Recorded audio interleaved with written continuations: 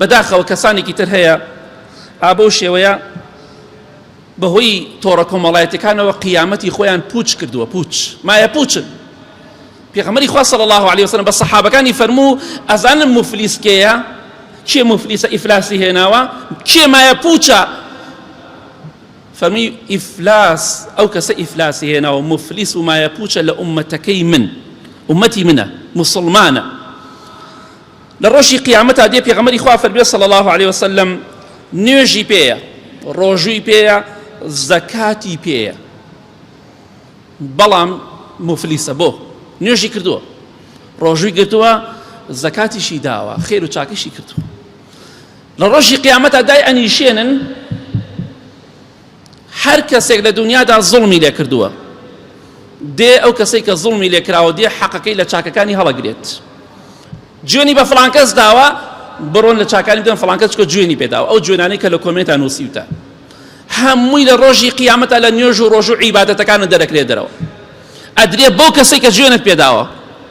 چونکە خوای گەورە لە حەدیثێکی صحیحدا دەفەرمێ قودوسی سوێن بە گەورەی و دەسەڵاتی خۆم، هەر کەسێک جەهەنمی بێ حەقی لای کەسێکی بەهەشتی هەبێ ئەو حەقە لە بەهەشتی ئەسێنمەوە. ئەوە عەدالەتی خوای گەورەیە. سوێن بەخوا جوێنت بە جەهەنمیەکدا بێ خوا تۆڵەت لێ نەکاتەوە ناڕۆیتە بەهەشتەوە. زوڵمت لە جەهەنمیە کردبێ، لە دژمنێکی خوا کردبێ، خوا تۆڵەت لێ ئەکاتەوە ئەگەر بەهەشتیش بیت. ئەمە وعدی خوایە، سوێنی خوای گەورەیە. دەی فڵان کەس جوێنی بە فڵان کەس داوە، بوختیانی بۆ فڵان کەس کردووە، تۆمەتی زینای داوەتە پاڵ فڵان کەس، زوڵمی لە فڵان کەس کردووە، هەموویان دێن چاکە ئەبن، چاکە ئەبن، چاکە ئەبن.